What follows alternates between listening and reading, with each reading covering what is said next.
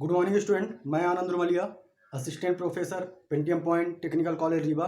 एक बार फिर से आप सभी का ऑनलाइन क्लासेज में स्वागत करता हूं और यह आशा करता हूं कि हमारे महाविद्यालय द्वारा चलाए गए इस योजना का आप लोग भरपूर लाभ उठा रहे होंगे और अपने जीवन को अभ्यास के माध्यम से सफल बना रहे होंगे। आइए बात करते हैं।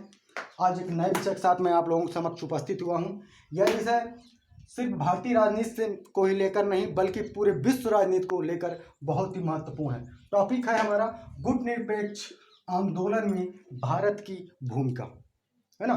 आखिर आप लोग यदि टीवी वगैरह देखते होंगे, न्यूज़ देखते हैं, उसमें आए दिन परिचर्चा रहती है कि विश्वगत राजनीति में, है ना, या गुटनिरपेक्ष आंदोलन में भारत ने हिस्सा लिया, जिसमें समस्त देश, है ना, पूरे विश्व के देश हिस्सा लेते हैं। ये कोई एक देश की बात नहीं है ना। तो इसके पहले मैं आप लोगों से बता देना चाहता हूँ, मैं बात कर लेना चाहता हूँ कि आखिर गुटनिरपेक्ष का मतलब क्या है। शायद इसके पहले मेरी एक वीडियो आई थी, मैंने उसमें बताया भी था। एक बार फिर रिवीजन करा देता हूँ कि गुटनिरपेक्ष का मतलब होता है अलग थलग, अलग रहकर अपनी अस्तित्व और स्वतंत्रता की रक्षा स्वयं करना। अलग रहकर अपने अस्तित्व व स्वतंत्रता की रक्षा स्वयं करना, है ना। गुटनिरपेक्ष मतलब मैं किसी भी समूह में सम्मिलित नहीं हूँगा, बल्कि मेरा खुद का अपना अस्तित्व होगा और मैं अपने स्वतंत्रता की रक्षा स्वयं करूँगा, अर्थात मैं स्वतंत्र रह के कार्य करूँगा। इसको क्या कहा गया? गुटनिरपेक्ष। अब बात उठती है कि आखिर गुटनिरपेक्ष आंदोलन की जो शुरुआत है, गुटनिरपेक्ष आंदोलन की शुरुआत कहाँ से हुई? गुटनिरपेक्ष आंदोलन की शुरुआत हुई थी अप्रैल 1961 में। कहा जाए तो वास्तव में शुरुआत इसकी भारत ने ही की थी, गुटनिरपेक्षता की। और गुटनिरपेक्षता का जो शब्द है यह भारत ने ही लाया था। हम बात करें तो चूंकि अपना देश सन 1947 में आज़ाद हुआ था और हमें अपने देश, अपने संविधान में एक नई शुरुआत करनी थी, क्योंकि उस टाइम में जो हमारा भारत था, चूंकि 1947 में आज़ाद हुआ, तो हम विकासशील देशों में आते थे और हमें चूंकि सबको साथ में लेकर चलने की ज़रूरत थी, है ना, क्योंकि हम इतने दिनों तक गुलाम रहे तो कहीं ना कहीं हम कमज़ोर थे और हमें सबकी आवश्यकता थी। इसीलिए क्या होता है कि बात करें तो क्या हुआ था कि द्वितीय विश्व युद्ध के बाद, जब द्वितीय विश्व युद्ध हुआ था, द्वितीय विश्व युद्ध के बाद जो पूरा विश्व था, पूरे वर्ल्ड की बात कर रहा हूं, जो पूरा विश्व था वह दो खेमों में बढ़ गया था। पूरा विश्व दो खेमों में बढ़ गया था। एक तरफ था संयुक्त राष्ट्र अमेरिका, संयुक्त राष्ट्र अमेरिका, और दूसरी तरफ था रूस, सोवियत संघ रूस। ठीक है ना। जैसा कि संयुक्त राष्ट्र अमेरिका पूंजीवाद का समर्थक था और रूस साम्यवाद का समर्थक था। तो जो विकसित देश थे जिनका विकास हो गया था, तो कुछ देश कहाँ किसके साथ चले गए?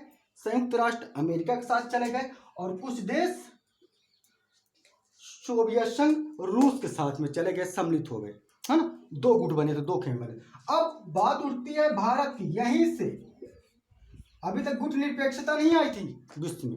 अब यहीं से उस समय अपने जो तत्कालिक प्रधानमंत्री थे, 1947 के बाद जो चुनाव हुए, उसके तत्कालिक प्रधानमंत्री कौन थे? पंडित जवाहरलाल नेहरू। चूंकि पंडित जवाहरलाल नेहरू के दिमाग में एक प्रश्न उठा कि हम चूंकि विकासशील देश की कैटेगरी में आ रहे हैं, अभी हमको बहुत सारे विकास कार्य करने हैं, जिसमें हमको अमेरिका की भी ज़रूरत पड़ेगी और रूस की भी ज़रूरत पड़ेगी। यदि मैं अमेरिका के साथ चला जाता हूँ तो रूस नाराज हो जाएगा और मुझे आवश्यकता पड़ेगी रूस से भी, तब मैं क्या करूँगा? यदि रूस के साथ चला जाता हूँ तो अमेरिका नाराज हो जाएगा, मुझे आवश्यकता पड़ेगी, फिर अमेरिका मेरा साथ नहीं देगा। तो इस दुविधा में भारत फंस गया। कि अब मैं कहाँ जाऊँ। तब हमारे प्रधानमंत्री पंडित जवाहरलाल नेहरू ने एक नया रास्ता खोजा, और वो रास्ता क्या कहलाया? वही रास्ता कहलाया गुट निरपेक्ष। और आज भी भारत गुट निरपेक्ष आंदोलन को आगे बढ़ा रहा है और गुट निरपेक्षता की श्रेणी में आता है, क्योंकि अभी भी हम विकसित देशों की श्रेणी में नहीं आ रहे हैं, अभी भी हम विकासशील देशों की श्रेणी में आ रहे हैं। एक्चुअली क्या हुआ कि हमारे भारत में बहुत सारे लोगों ने शासन किया, बहुत विदेशी आक्रमणकारी आए, है ना। तो हम लोग ने बहुत संघर्ष किया और बहुत संघर्ष के बाद कहीं जाके 1947 से हमारा देश आज़ाद हुआ और हमारा खुद का गणतंत्र हुआ, हमारा खुद का संविधान गठित हुआ। तो जैसा कि हम अपन बात कर रहे थे कि यहाँ पर भारत ने एक तीसरा रास्ता अपनाया, ना तो संयुक्त राष्ट्र अमेरिका के साथ गया, ना रूस के साथ, तीसरा गुट निरपेक्ष। और यहीं से शुरुआत हो जाती है अप्रैल 1961 में भारत ने गुट निरपेक्ष आंदोलन की शुरुआत की। जैसा कि मैं शुरू में बताया, गुट निरपेक्ष का मतलब होता है कि अपने अस्तित्व की स्वयं रक्षा करना, स्वतंत्र रूप से कार्य करना। लेकिन इसका मतलब ये नहीं है कि मैं अकेला रहूँगा। हम गुट निरपेक्ष में रहते हुए पूरे विश्व की राजनीति में प्रत्यक्ष एवं अप्रत्यक्ष रूप से कार्य करेंगे। ऐसा नहीं कि हम अलग हो गए हैं विश्व राजनीति से, हम विश्व राजनीति में काम करेंगे लेकिन अलग रह के, स्वतंत्र रूप से, है ना। गुट निरपेक्ष हो गए हैं, गुट निरपेक्ष आंदोलन शुरुआत हो गई है, भारत ने गुट निरपेक्ष आंदोलन की शुरुआत की। लेकिन इसका मतलब ये नहीं है कि हम विश्व राजनीति से अलग हो गए हैं, बल्कि हम विश्व राजनीति में काम करेंगे लेकिन स्वतंत्रता पूर्वक। तो एक पूरी कहानी थी और कहा जाता कि अब तक 2012 तक इस गुट निरपेक्ष में लगभग 120 सदस्य सम्मिलित हो गए हैं, है ना। इस गुट निरपेक्ष आंदोलन में लगभग कितने सदस्य सम्मिलित हो गए हैं? 120 सदस्य आज गुट निरपेक्ष आंदोलन में सम्मिलित हैं। तो आप लोग अब समझ ही रहे होंगे कि गुट निरपेक्ष आंदोलन में भारत ने भूमिका ही नहीं निभाई, बल्कि भारत ने ही गुट निरपेक्षता की उत्पत्ति भी की। यहीं से जन्म होता है गुट निरपेक्षता का। एक बार फिर मैं कहता हूँ कि इतिहास से हमने क्या सीखा?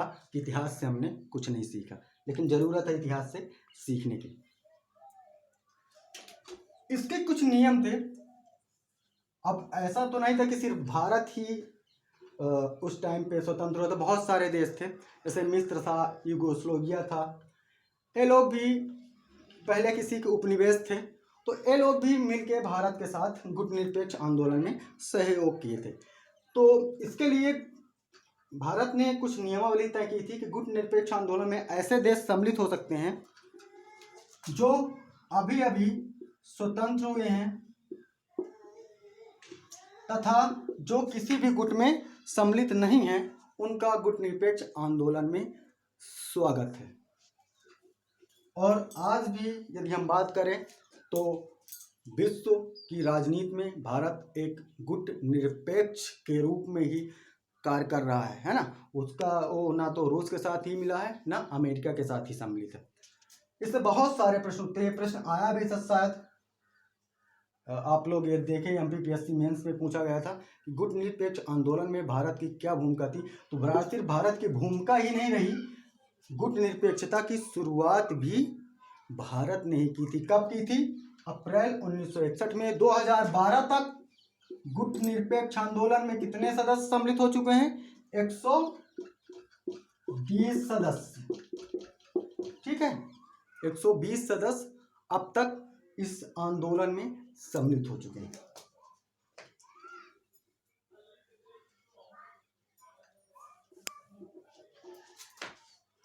तो इससे यदि हम बात करें तो ऑब्जेक्टिव क्वेश्चन कौन कौन से निकल के आते हैं। सबसे पहले ऑब्जेक्टिव क्वेश्चन ये बनता है कि भारत द्वितीय विश्व युद्ध के बाद भारत किन दो गुटों में बढ़ चुका था। तो आपको बताना है कि दो गुट थे, एक था संयुक्त राष्ट्र अमेरिका और दूसरा गुट था सोवियत संघ और रूस। दूसरा जो प्रश्न बनता है कि अमेरिका किसका समर्थक था। तो अमेरिका पूंजीवाद का समर्थक था। दूसरा, रूस किसका समर्थक था? रूस साम्यवाद का समर्थक था।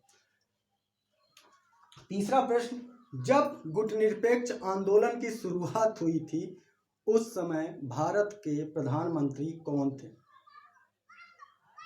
कौन थे? पंडित जवाहरलाल नेहरू। ठीक है। गुटनिरपेक्ष आंदोलन की शुरुआत कब हुई?